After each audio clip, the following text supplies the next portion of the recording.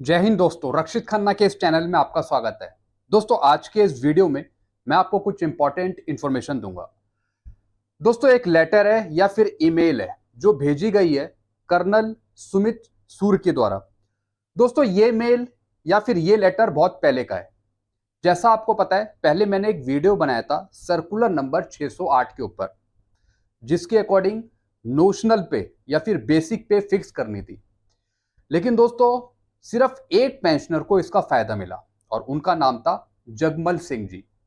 उसके बाद काफी पेंशनर ने चिट्ठी लिखी रिकॉर्ड को, पीसीडीए को, कि सर्कुलर नंबर 608 के अकॉर्डिंग हमें बढ़ी हुई बेसिक पे दीजिए। तो इसी के अकॉर्डिंग यहां पे कर्नल जी जो हैं, इन्होंने ये लेटर भेजा किसी हवलदार के लिए कि हवलदार की पेंशन सर्कुलर नंबर 608 के अकॉर्डिंग आप फिक्स करें। लेकिन दोस्तों, आपने जो लेटर भेजे पेंशनर्स के द्वारा, उस लेटर का कोई जवाब नहीं आया, बल्कि मैंने खुद पेंशनर की कैलकुलेशन करके दी थी सर्कुलर नंबर 608 के अकॉर्डिंग। लेकिन दोस्तों, उसके बाद से किसी को फायदा नहीं मिला सर्कुलर नंबर 608 के अकॉर्डिंग। अब दोस्तों, इसमें किसकी गलती कहेंगे? एक पेंशनर को सिर्फ देके छोड़ दिया, बाकी पेंशनर्स का क्या कसूर है? उनको भी तो दीजिए आप। दोस्तों, 608 सर्कुलर, ऐसी एक दो सर्कुलर और हैं जो नोशनल पे है, बेसिक पे हैं। इतनी सारी टेबल रिलीज कर दी भारत सरकार ने, टेबल पे टेबल, टेबल पे टेबल, नेवी की टेबल, एयरफोर्स की टेबल, आर्मी की टेबल, इतनी सारी टेबल। लेकिन फिक्सेशन कहां किया?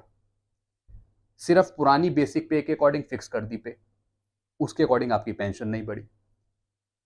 7 CPC का मतलब क्या हुआ आपके लिए? सिर्फ 2.57 देना, आपको नोशनल पे में फिक्स नहीं करना, मैक्सिमम लेवल पे। दोस्तों, आप जानते हैं कि भारत सरकार क्या कर रही है। तो दोस्तों, ऐसे ये रिप्रेजेंटेशन एक लेटर दिया था सर्कुलर नंबर 608 के अकॉर्डिंग। लेकिन दोस्तों, अभी तक इसका रिप्लाई नहीं मिल पाया। ऐसे पता नहीं कितने लेटर पड़े हैं पेंशनर द्वारा जो लिखे गए थे पहले कि हमें सर्कुलर 608 के अकॉर्डिंग हमारी बेसिक पे बढ़ा के दीजिए, हमारी टेबल के अनुसार। लेकिन दोस्तों, आज तक उसका कोई रिप्लाई नहीं आया, ना ही किसी की रिवाइज करी। सिर्फ एक पेंशनर्स को उसका फायदा दिया, बाकी पेंशनर्स को नहीं दिया। चलते हैं दोस्तों अगली इंफॉर्मेशन की तरफ। फिर दोस्तों, हमारे माननीय रक्षा मंत्री जी ने एक नई स्कीम शुरू करी है जिसका नाम है SBI नव ई कैश, यानी एक कार्ड लॉन्च करा है। अब ये कार्ड क्या काम करता है मैं आपको बताता हूं। अपनी तरह का अनूठा ड्यूल चिप डेबिट कार्ड, एक डेबिट कार्ड है जो समुद्र में भी ऑफलाइन मोड और ऑनलाइन मोड में नियमित डेबिट कार्ड के तौर पर इस्तेमाल किया जा सकेगा। यानी पानी के अंदर आप इसे ऑफलाइन भी इस्तेमाल कर पाएंगे और ऑनलाइन भी इस्तेमाल कर पाएंगे। दोस्तों, यानी हमारे माननीय रक्षा मंत्री जी के द्वारा एक नई टेक्नोलॉजी लाई जा रही है, एक नई चीज लाई जा रही है जिसके अनुसार आपको फायदा मिल सकेगा।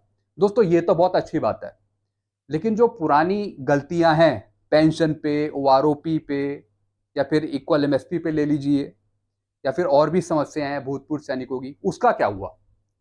ये अच्छी बात है कि आप आगे की तरफ बढ़ रहे हैं, लेकिन जो जो पुरानी चीजें हैं, जिनमें गलतियां हैं, उसे भी तो सुधारें।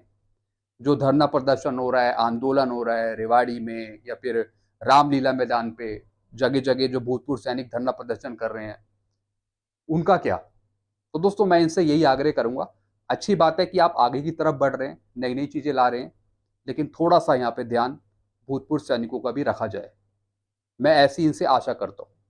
तो दोस्तों, ये इन्होंने नई स्कीम लॉन्च करी है, एक नया डेबिट कार्ड, जो ये कार्ड के थ्रू पानी के अंदर भी आप ऑफलाइन या फिर ऑनलाइन सुविधा ले पाएंगे। चलते हैं अगली इंफॉर्मेशन की तरफ। फिर दोस्तों, जिनका माइग्रेशन हुआ था अभी स्पर्श पे, उनको यूजर नेम पासवर्ड मिलना स्टार्ट हो गया है। अब पेंशनर क्या कर रहे हैं? उनको यूजर नेम पासवर्ड मिला, अब वो लॉग इन कर रहे हैं। तो जब वो लॉग इन कर रहे हैं तो उनको कुछ दिक्कत आ रही है। तो दोस्तों, आज मैं उसका सॉल्यूशन बताऊंगा जो आपको प्रॉब्लम आ रही है यूजर नेम पासवर्ड मिलने के बाद जब आप लॉग इन कर रहे हैं। तो दोस्तों, यहाँ पे एक बेटा है, तो वो लिखते हैं कि फादर को यूजर नेम पासवर्ड मिला है स्पर्श की तरफ से। तो प्रॉब्लम क्या आ रही है? I am experiencing Spurs login issue to see, generate and download new PPO, यानी जब आपको यूजर नेम पासवर्ड मिल गया तो पेंशनर क्या कर रहे हैं, वो पहले ही अपना पीपीओ डाउनलोड कर रहे हैं। आपका पीपीओ डाउनलोड होएगा ही नहीं, आपको पहले वेरिफिकेशन अपडेट करना है, आपको अपना वेरिफिकेशन करना है, अपनी प्रोफाइल चेक करनी है, आधार सबमिशन करना है, ये सब आपको पहले काम करना है। उसी के बाद आप स्पर्श पर सही तरीके से चीजें देख पाएंगे। तो सबसे पहले आप अपना डेटा वेरीफाई करें। फिर दूसरी दिक्कत क्या है, स्पर्श asks for entry for Aadhaar number and after entering the same received demographic validation field. दोस्तों ये कॉमन एरर है, आपको जरूर आएगा ये एरर अगर आधार में नाम आपका कुछ और है और स्पर्श की प्रोफाइल में कुछ और नाम है। तो या तो आप आधार ठीक करा लीजिए या फिर स्पर्श की प्रोफाइल ठीक कर दीजिए, यानी दोनों नाम आपको मैच कराने हैं, आधार वाला भी और स्पर्श की प्रोफाइल वाला भी। जब आप मैच करा लेंगे तो आपका ये एरर हट जाएगा। तो दोस्तों एक कॉमन प्रॉब्लम है डेमोग्राफिक वैलिडेशन फेल की, तो आपको इससे गुजरना पड़ेगा। अगर आपका आधार में बिल्कुल ठीक नाम है, स्पर्श की प्रोफाइल में बिल्कुल ठीक नाम है, तब आपको इस एरर का सामना नहीं करना पड़ेगा। फिर है दोस्तों at ESM helpline centre uploaded Aadhaar photos both side, यानी आधार फोटो अपलोड करने की बात कर रहे हैं। दोस्तों आपको अपना आधार नंबर मेंशन करना है, अगर नहीं है, स्पर्श ने पीसीडीए ने क्या किया, आपको स्पर्श पे तो डाल दिया, लेकिन उससे पहले जो भी डाटा लिया बैंक से, उसमें कई पेंशनर के आधार नंबर नहीं है, पैन नंबर नहीं है। तो जो पेंशनर हैं वो पहले अपना आधार नंबर पैन नंबर अपडेट कर रहे हैं स्पर्श पे, तब वो आगे बढ़ रहे हैं। तो दोस्तों अगर नहीं है आपका आधार नंबर पैन नंबर स्पर्श की प्रोफाइल में, तो आप मेंशन करिए वो। A token number was generated, जब कुछ आप अपडेट करते हैं तो उसके बाद आपको टोकन नंबर मिल जाता है। उसके बाद फिर आप स्टेटस चेक कर सकते हैं अपना कि जो आपने अपडेट किया, करेक्शन किया, उसका स्टेटस क्या है, क्या वो प्रोसेस हुआ, फेल्ड हुआ, रिजेक्ट हुआ, आप चेक कर सकते हैं। तो दोस्तों ये चीजें मैंने इनको समझाई। चलते हैं अगली इंफॉर्मेशन की तरफ। फिर दोस्तों यहाँ पे अंकित चौधरी जी एक ट्वीट करते हैं, नेताजी को 4-4 पेंशन। दोस्तों ये तो सही बात है, आप देख ही रहे हैं जो हमारे नेताजी हैं वो क्या चीज लेते हैं, सारी सुविधाएं लेते हैं, ट्रेन की सुविधाएं, एयर की सुविधाएं, कार की सुविधाएं, मतलब सब चीज उनको हाथ पे मिल जाती है रखी हुई। बाकी जो हमारे जवान है सीमा पर, उनको क्या मिलता है, पेंशन तो ठीक से नहीं मिल रही, सिर्फ टेंशन मिल रही है, टेंशन देखने को मिल रही है भारत सरकार की तरफ से। तो यही यहाँ पे लिख रहे हैं, नहीं चलेगा, नहीं चलेगा। दोस्तों चाहे ओल्ड पेंशन स्कीम की मांग हो, चाहे ओआरओपी की विसंगतियां हो, चाहे इक्वल एमएसपी पे बात हो, जवान चाहे कोई सा भी हो, चाहे वो सीआरपीएफ का हो, चाहे वो आईटीबीपी का हो, असम राइफल का हो, चाहे वो डिफेंस फोर्सेस का हो, चाहे कोई सा भी जवान हो, है तो वो देश का ही जवान ना, देश के लिए कुछ तो कर रहा है ना वो। तो दोस्तों उसका ख्याल क्यों नहीं है, सबसे बड़ा सवाल है। चलते हैं अगली इंफॉर्मेशन की तरफ।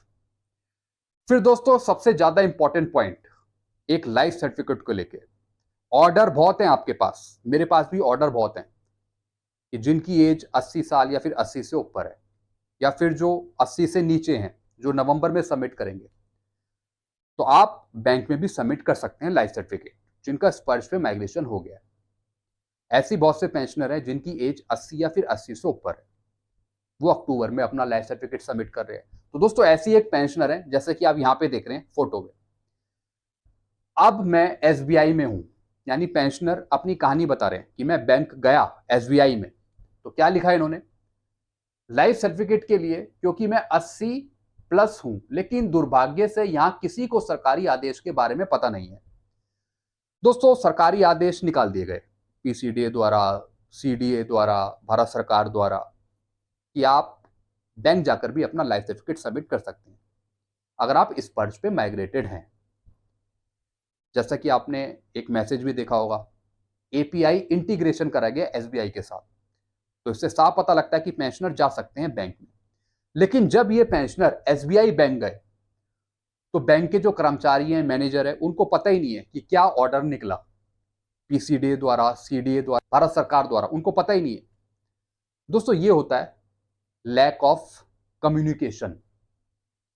मतलब पीसीडीए, सीडीए, सीपीपीसी, बैंक, इनका आपस में कोई कम्युनिकेशन ही नहीं है, इनकी बातचीत होती नहीं है।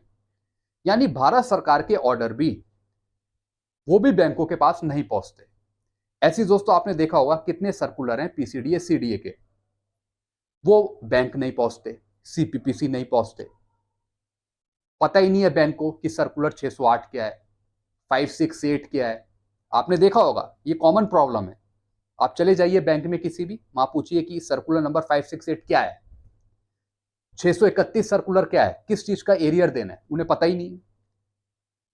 दोस्तों ये है लैक ऑफ नॉलेज भी बोल सकते हैं, या फिर लैक ऑफ कम्युनिकेशन भी बोल सकते हैं। यानी ना ही सीडीए का, ना ही पीसीडीए का बंदा, या फिर भारत सरकार का बंदा कोई कम्युनिकेट नहीं करता बैंक के साथ या फिर सीपीपीसी के साथ।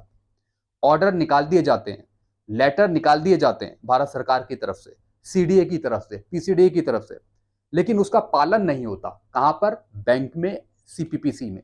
और परेशान कौन होता है? पेंशनर परेशान होता है, फैमिली पेंशनर परेशान होता है। तो दोस्तों ये परेशानी तो है। पेंशनर के पास ऑर्डर है, सब कुछ ऑर्डर है, बल्कि ये ऑर्डर सबसे पहले बैंक के पास जाना चाहिए जो पेंशनर लेके जा रहा है कि ये ऑर्डर है, हमारा लाइफ सर्टिफिकेट सबमिट कर लीजिए बैंक में। दोस्तों ये परेशानी है। सीडीए द्वारा, पीसीडीए द्वारा, भारत सरकार द्वारा जो ऑर्डर निकलता है वो सबसे पहले सीपीपीसी को, बैंक को जाना चाहिए। और यहां पे क्या हो रहा है? उल्टा पेंशनर वो ऑर्डर लेके जा रहा है कि ये ऑर्डर निकला है, हमारा लाइफ सर्टिफिकेट सबमिट कर लीजिए। कितना दोस्तों यहां पे दुख होता है कि ये होता है पेंशनर के साथ। इस एज में भी 80 प्लस एज है और वो लाइफ सर्टिफिकेट देने बैंक में जा रहा है, तो उसे मना किया जा रहा है, या फिर बोला जा रहा है कि आप ऑर्डर दिखाओ तब हम आपका लाइफ सर्टिफिकेट लेंगे। तो इनके साथ यही हुआ, मतलब बैंक के कर्मचारी या मैनेजर को पता ही नहीं कि ऑर्डर क्या निकला। उसके बेस पर इन्होंने ऑर्डर दिखाया कि ये देखिए ये ऑर्डर है, पेंशनर का भी लाइफ सर्टिफिकेट आपको लेना होगा, मैं बैंक में आया हूं। तो बैंक के कर्मचारी या फिर मैनेजर ने बोला कि आप वो ऑर्डर दिखाइए, उसके बाद हम सबमिट करेंगे। दोस्तों आप यहां पे देख रहे हैं, लिखा है इन्होंने, मैंने वे आदेश दिखाया, उसके बाद उन्होंने फॉर्म भरकर बताया कि सर्विस अपडेट करने के बाद आपको बता दिया जाएगा, मैसेज मिल जाएगा। तो दोस्तों आपने देखा, यानी पेंशनर ने वो ऑर्डर दिखाया तब उन्होंने कुछ माना। और कई ऐसे बैंक है जो पेंशनर ऑर्डर भी दिखा रहा है तब भी बैंक वाले नहीं मान रहे, कह रहे ये ऑर्डर गलत है, हमारे पास ऐसी कोई अथॉरिटी नहीं है कि हम लाइफ सर्टिफिकेट लें।